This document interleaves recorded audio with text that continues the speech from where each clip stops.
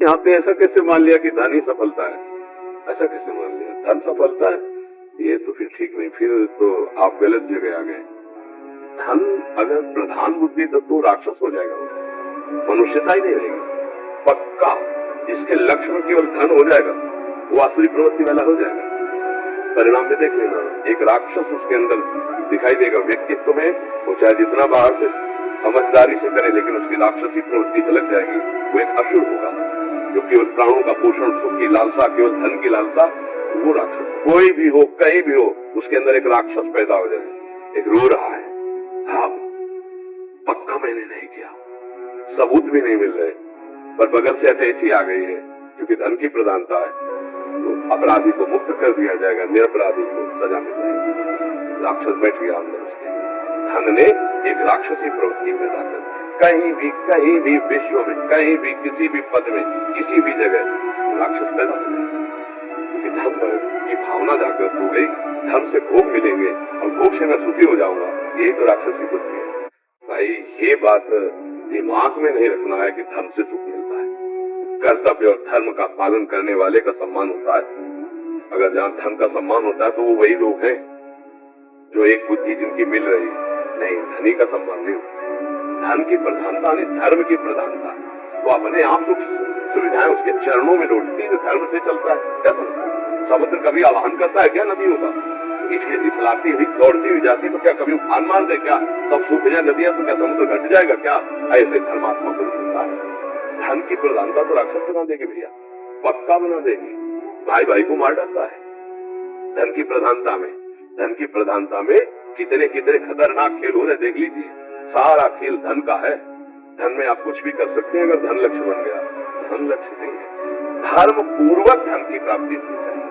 धर्म पूर्वक सुख भोग करने की लालसा, वो मोक्ष पद की प्राप्ति कर। धर्म, फिर अर्थ, फिर काम और फिर मोक्ष। मोक्ष और धर्म के बीच में अर्थ और काम को रखा गया शास्त्र में। क्यों? धर्म पूर्वक अर्थ कमाओ और मोक्षाभिलाषी होकर धर्म पूर्वक भोगो तो तुम्हारी कामना तुम्हें बांधेगी नहीं।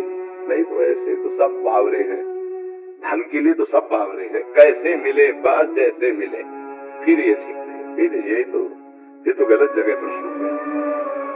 धन को, धनवान को तुम सुखी समझते हो, क्या सुख तुम देखते हो?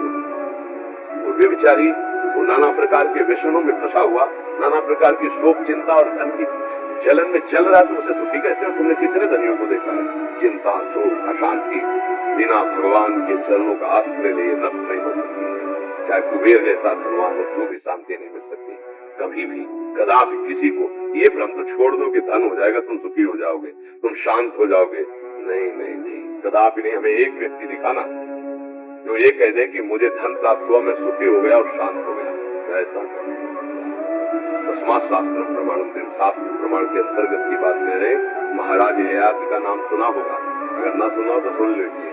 उन्होंने अपनी जवानी भोगी, अपने बेटे की जवानी भोगी, और चक्रवर्ती सम्राट थे। शुक्राचार्य जी के वरदान से बेटे की जवानी की। और फिर लिखा कि एक अजितेंद्रीय भगवत विमुख पुरुष, भगवत विमुख अजितेंद्रीय पुरुष को विश्व ब्रह्मांड की सब स्त्रियां, रुपया, पैसा, धन संपत्ति जो भी सब मिल जाए तो भी वो कभी तृप्त नहीं हो सकता। ये महापुरुषों का अनुभव। क्या जीवन में आप लोग भोग नहीं भोगे? क्या संसार में ही तो है? क्या धर्म ही से चल रहे हैं? अंदर से देखो अपना रजिस्टर तो आपको पता चलेगा। लेकिन आपकी स्थिति क्या आज शांत है कि एक नाथ अब कुछ नहीं चाहिए, मैं थक गया? आप देखो पूरा जीवन हो गया, लेकिन वही अभिलाषा, वही अंदर की चाह भोगों की जो बचपन में उठी थी, आज तक वही है। ईमानदारी से देखो तो बचपन की तुम्हें याद होगी, आज की भी याद करके बीच से पूरा जोड़ लो। क्या नहीं भोगा, क्या नहीं देखा, क्या नहीं खाया, पर आज भी वही है। इसका मतलब जो मेरी मांग है वो गलत है। मुझे अपनी मांग को सुधारने के लिए अध्यात्म से जुड़ना पड़ेगा और इस पर ब्रेक मारनी पड़ेगी। घी डालते रहो धीरे धीरे आग में तो कभी बुझेगी नहीं। घी डालना बंद करो, अपने आप बुझ जाएगी, बुझाने की जरूरत नहीं। अधर्माचरण करना बंद कर दे, गंदे आहार, गंदे व्यसन, गंदे प्रकार से धन कमाना बंद कर दे। शांति, सुख, चिंता रहित वो मृत्यु पर भी विजय प्राप्त करने वाला महात्मा बन सकता है गृहस्थ में, जो ऐसे आचरण करके नाम जप करता है। ये भाई बहुत धनी देखे, धन से शांति होती तो शांति मिल जाती बहुतों को। शांति मिलती भगवान और धर्म से। भगवान का आश्रय, धर्म से चलो, नमक रोटी खाओगे शांत रहेगा। अधर्म से 14 सब्जी रखोगे पर जलते रहोगे, तुम्हारे चित्त को कभी शांति नहीं मिल सकती। किसी से भी देख लो, सब लोग है समाज में, किसी से भी पूछ लो, हाँ जो विवेकवान है, अज्ञानी तो यही कहेगा ना, चाहे जैसे मिले, रुपया मिले, क्यों रुपया से भोग सामग्री से सुख, तो बुद्धि भ्रष्ट ना, भोगेश्वर प्रसक्ता नाम दया पर चेतसा व्यवसायत्मिका बुद्धि समाधो न विधीयते। जिसका भोग और ऐश्वर्य पर मन लग गया है वो कभी पापात्मा जी भगवत प्राप्ति की बात ही नहीं सोच सकता है। तो उसका निर्णय थोड़ी माना जाता है, निर्णय माना जाता है जिसका दिमाग काम कर रहा है, विवेक काम कर रहा है। विवेक से देखो कहाँ सुख है, कहाँ सुख। धन क्यों प्यारा लगता है? आपको एक कमरे में बंद कर दिया जाए और नोट ही नोट केवल जमा कर दिए जाए, आप बोलिए अगर रो के चिल्ला के न बोल पड़ो कि मुझे पानी चाहिए, मुझे भोजन चाहिए, रुपया नहीं। रुपया क्यों चाहिए? क्योंकि भोग सामग्री मिलती है, केवल भोग सामग्री मिलती है उसका। नहीं तो अभी जैसे पीछे 2000 रुपया बंद हो चुके हैं ना, अब आपको एक कमरा भर के 2000 रुपया दिए जाए, सुखी हो जाओगे क्या? क्योंकि चल ही नहीं। भोग सामग्री मिलती है इसलिए रुपए का महत्व है। भोग सामग्री क्यों? क्योंकि उससे हमें सुख मिलेगा। यही भ्रम हमको फंसा करके नष्ट कर रहा है। किसको सुख मिला? भोगों से। सब आप लोग बैठे हो, गृहस्थ हो, आपको त्यागी तपस्वी थोड़ी, फिर आजीवन लंगूटी लगा के घूमते रहे तो आप क्या जानो भोगों में क्या सुख है। आप तो देख लो, वही हलचल मन में, वही चंचलता, वही मन भोगना चाहता है बार बार और खोजना चाहता है सुख, है सुख। इस शरीर में नहीं, इस शरीर में, इस भोग में नहीं, इस भोग, ये पकड़ो ना इसकी चाल को। 40 वर्ष, 50 वर्ष, 60 वर्ष, 70 वर्ष आपको भोगते हो गए, लेकिन कहीं विश्राम नहीं मिला।